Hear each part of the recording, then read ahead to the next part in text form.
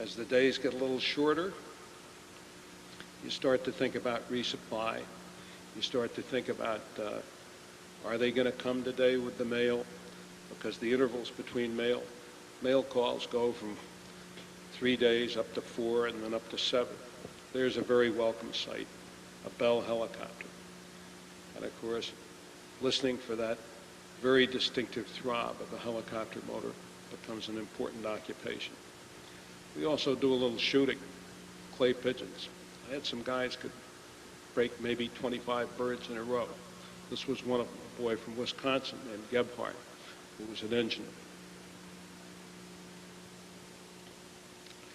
And then, of course, some days you have something really exciting, like the Coast Guard cutter Westwind, which is sending a boat ashore with a whole bunch of fresh fruit and fresh vegetables, and indeed a couple of bags of mail. These are our most important ties to civilization, I think, and of course, fresh stuff is very important. Now you'll notice that the young officer, instead of heading directly for the beach, and instead of heading directly perpendicular to the surf, is heading for the beach.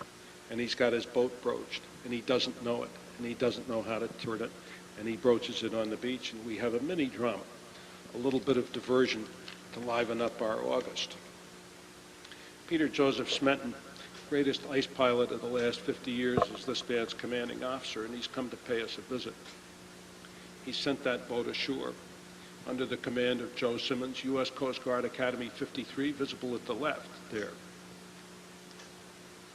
He thought he had a career in the Coast Guard. I think he probably was finished after this. It's a terrible piece of incompetence, and he's not happy at all. Captain Smenton sends his helicopter ashore to pick me up to come out and visit him and talk. And there's the view from the helicopter. Finally, we had to get a big helicopter and tow that boat off. The captain was not pleased. That poor guy, Simmons. We think a lot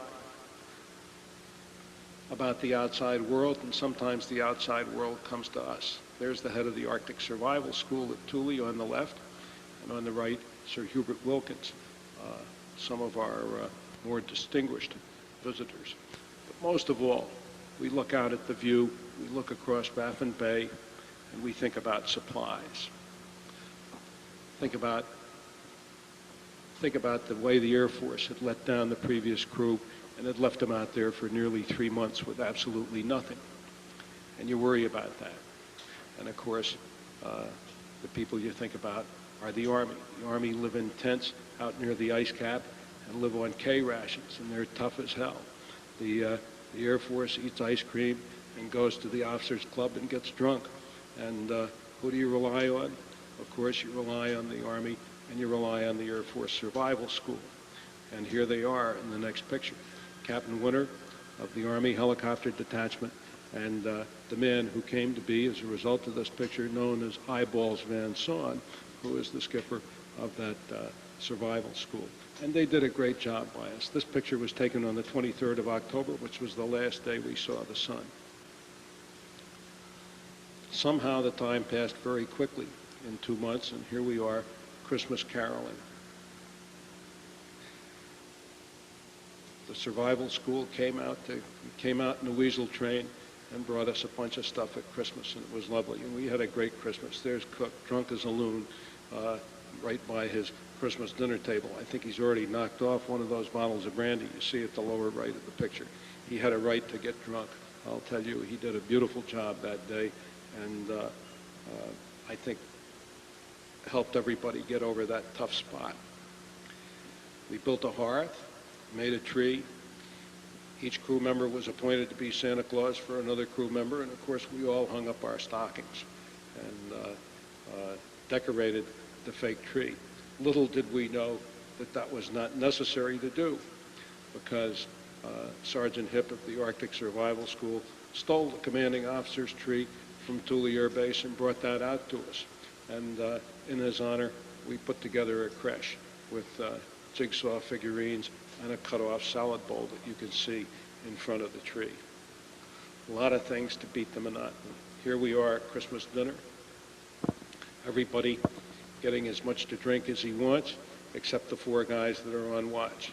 And at the right of this next picture, you'll see Harry Strong. At the far right, Eden's a little bit drunk there, I think, but Harry Strong goes to take my crew out, 72 hours each in 2 different groups, in minus 30-degree temperatures and 40-kilometer winds, and teach them Arctic survival in the week after Christmas. And after that week, we have a New Year's Eve party. The crew gets divided into boys and girls, 9 boys and 9 girls. Hurst there, as you can see, is temporarily a girl, as is Cabral. They made wax paper skirts, and we had a New Year's Eve ball. And we have a couple of scenes from that in the next few pictures. You can see Hurst dancing with Corbeil. Actually, Hurst started out as a girl, but he changed sex in the middle of the party. And Corbeil was not happy as a boy, and he changed into a girl, even though he hasn't got a skirt to prove it. And of course, there they are dancing away. And my electrician's mate, Hendricks, is conducting the orchestra from his chair as the dance goes on. You can see this coming up. And here he comes. He gets a little tired of conducting, and when he finishes that Schlitz at the right of the picture, he gets up and cuts in. And there's some banter over what gender who is. He says, you started the night as a girl, I want to dance with you. And it's not fair. In any case, a lot of fun. And some of the boys went even further in their embellishment of dress than wax paper skirts. We have a guy here, Captain Hook. Unfortunately, the bottom of the picture is cut off, and you can't see the toilet plunger that's his peg leg. Well, after this party, the year is long. On the 21st of January, a bombardier vehicle with 30 days' worth of mail goes through the sea ice out at near Wolstenholme Island. The bombardier driven by Harry Strong. This is the crew the day it happened. Not a happy bunch of guys. And luckily, the Danish liaison officer at Thule, Orla Jensen, arranged for an Eskimo family. Rasmus Petersen, the right-hand member who is chief of that group of Thule Eskimos, arranged for him to bring us our mail on the 2nd of February. That ended 42 days without. We only had 11 days mail in it, but we were very glad to have it, believe me. All of these Eskimo families that stopped by the station developed one pool player. Some of them pretty good for neophytes. This guy, not very good. He kept on driving the cue ball into the pocket. He couldn't quite get the concept. Some of the other guys are a little better at it, though. At the end of January, or right at the time that these fellows visited us, you begin to have intimations of sunrise. This is the 5th of February, 5 days before the actual sunrise at high noon. And 3 days later, the 8th at high noon, you can't quite see the upper limb of the sun. And of course, we're a little bit apprehensive that the 10th, which is the actual sunrise, will be overcast as well. But 2 days later, at 11:59, the upper limb of the sun peeks over the horizon. It's gorgeous. You think the back of the year is broken, but of course it's not. You still have 6 months to go. The Eskimos come by. This is a scene from the middle of the afternoon. We give them coffee, give them cigarettes, and they in turn give us whips and equipment for our dogs. I'm sure it was all strictly illegal. This guy was pretty good at the pool table, but and we see dogs. Their dogs, it becomes clear, are very different from ours. They're rigged in a fan. Ours are rigged in a string. Ours weigh upwards of 70 pounds apiece. Theirs weigh in the 45 to 50 pound range. This becomes a crucial difference as time goes on. Of course, as the daylight comes, we see more and more of these people. They bring us equipment, and above all, they bring us mail. And we see them beginning in late February about 3 or 4 times a month. and in March, the same. There's Al Johnson, who's the relieved Captain Winter, whom you saw on the 23rd of October. He's the skipper of this squadron now, and is a reliable person. Certainly treated us well. There's my dog team.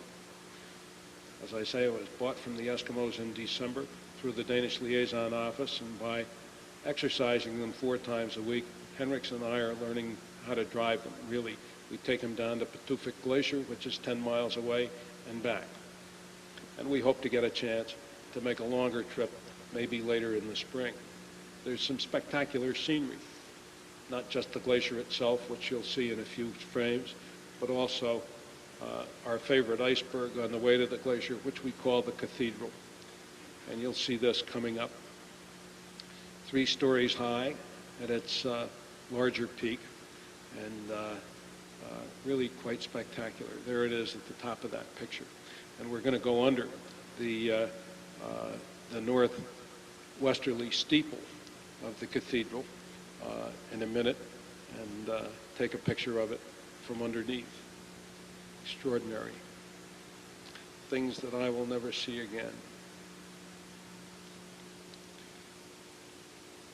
And of course, there's the glacier itself, still active, but only about 60 feet high.